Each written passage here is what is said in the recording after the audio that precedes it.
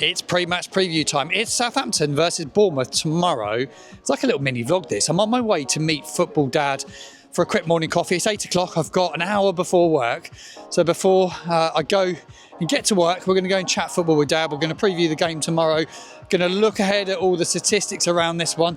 What a week it's been for football as well, isn't it? Great week of football on TV. Enjoyed City Madrid the start of the week. Thought it's a brilliant game of football. Really enjoyed that. Bellingham, what a player, by the way. And then I really enjoyed the Merseyside derby in midweek as well. What a brilliant end to that as well. Great game, great game. But yeah, looking forward to getting to St Mary's tomorrow. It's cold here today. It's a chilly day. Right, let's go find him.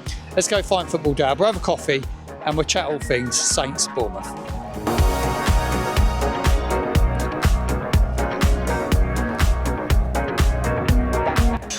Right, I'm inside the cafe. I'm with Dad.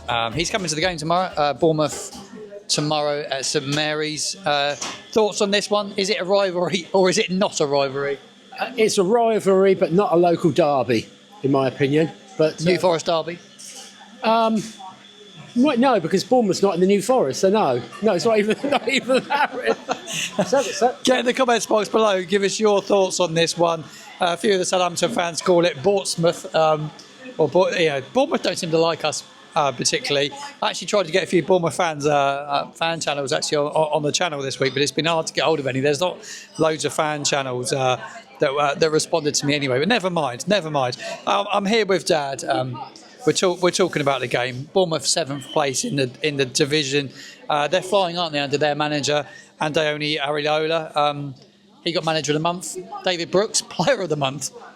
Yeah, I mean, at the moment, Bournemouth are everything Southampton aren't really. They're organised. They've got good players. They've got a good playing style.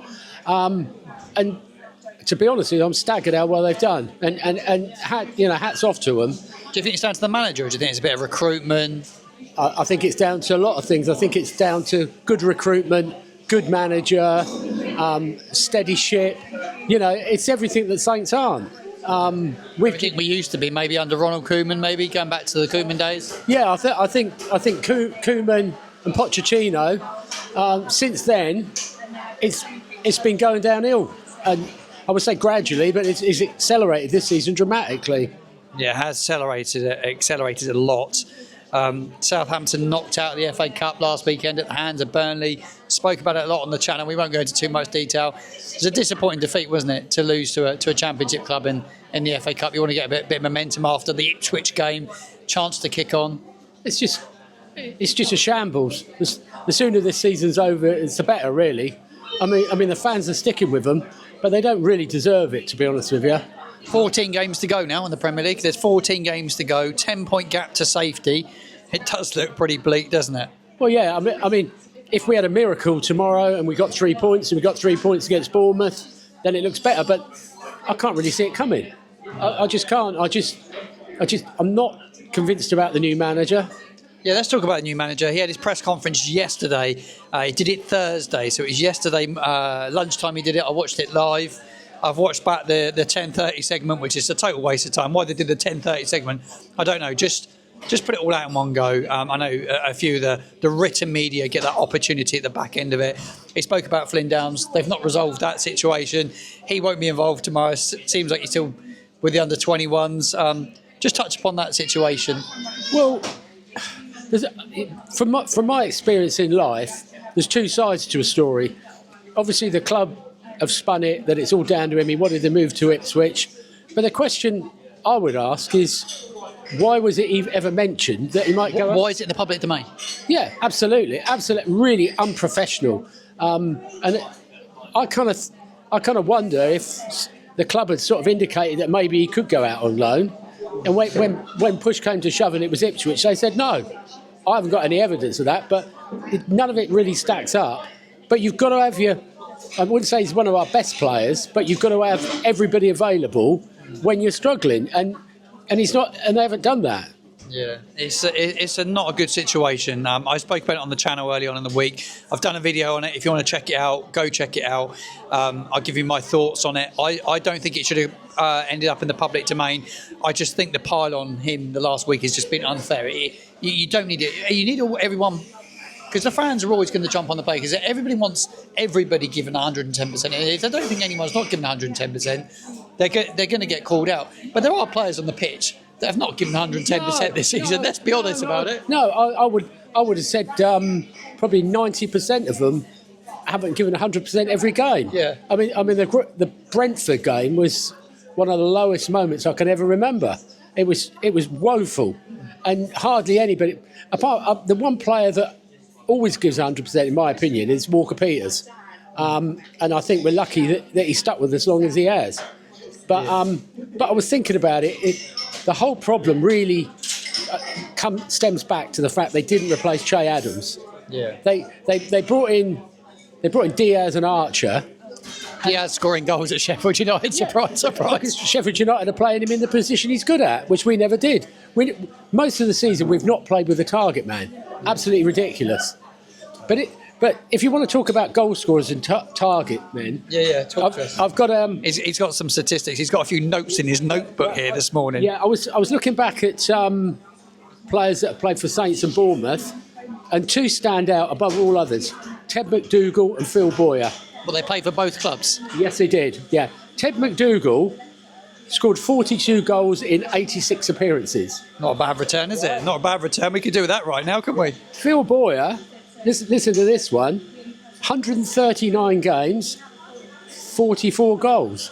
Wow, that's not a bad return at all, is it? The season we got promoted, 77-78, the pair of them scored 31 goals out of 70 for the season. Wow. So so they both played for Bournemouth. Did they play for Bournemouth first or Saints first? They played for Bournemouth first, so they both went to Norwich. McDougall went to Man United for a while, but they were... McDougall was... he was a poacher in the box, but they were lethal. Phil Boyer is the most underrated striker Saints have ever had, in my opinion. Yeah, get involved in the comments box below. Do you remember these players? Yeah, they were phenomenal. And I just wish we had some goal scorers like that now. Yeah, boy, we could do with some goal scorers like that right now. Interesting stuff. It's good to talk about players that play for both clubs. We obviously going to firsthand see David Brooks again tomorrow.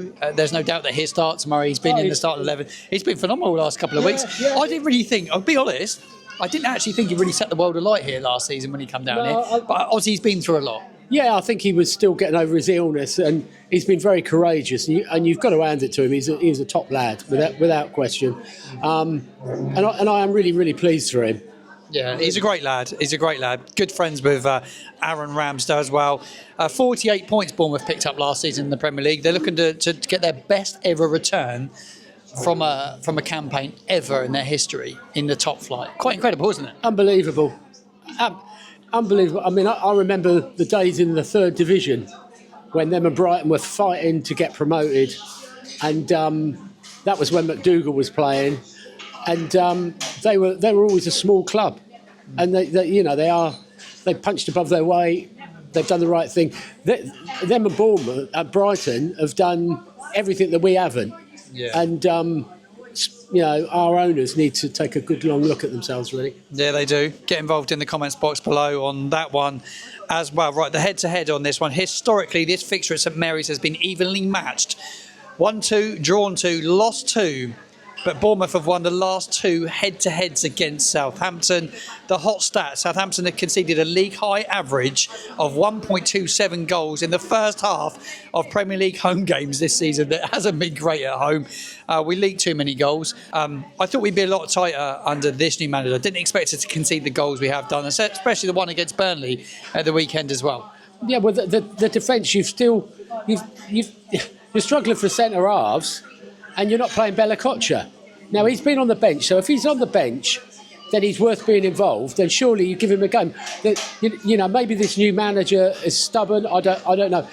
He has got them better organised, but at the end of the day, the results have been shocking under him. One win in the league. I mean, it's absolutely appalling.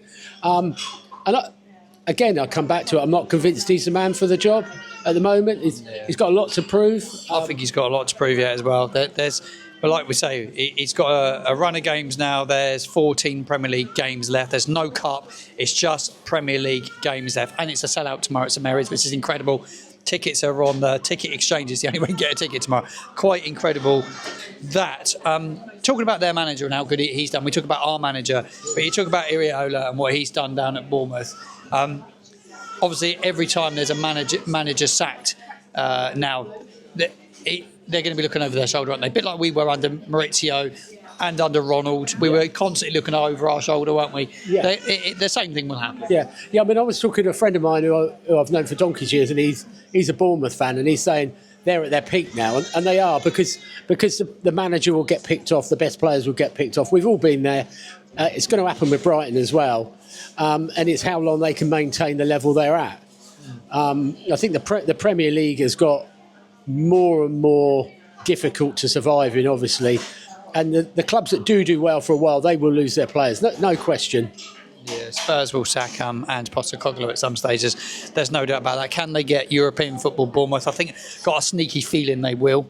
Yeah, I think they probably will. But then you get European football, and then you've got another problem. Then you're playing 2 games a week, and historically, the smaller teams that qualify for Europe tend to struggle in the league. Yeah. So it's a double-sided sword, really. Yeah, it's going to be interesting tomorrow. Looking forward to this game. I know we're down and out, but I do like watching top players. They've got some good players, haven't they? They've got a lot out injured at the moment, but they're still getting the results. I thought Evan Nielsen was good when I went down to Bournemouth and watched them at their place. Tavernier was very good. They've got some good players in attack. They're good signings. They're not second-rate. They're not second-rate signings. You know, their recruitment has been good.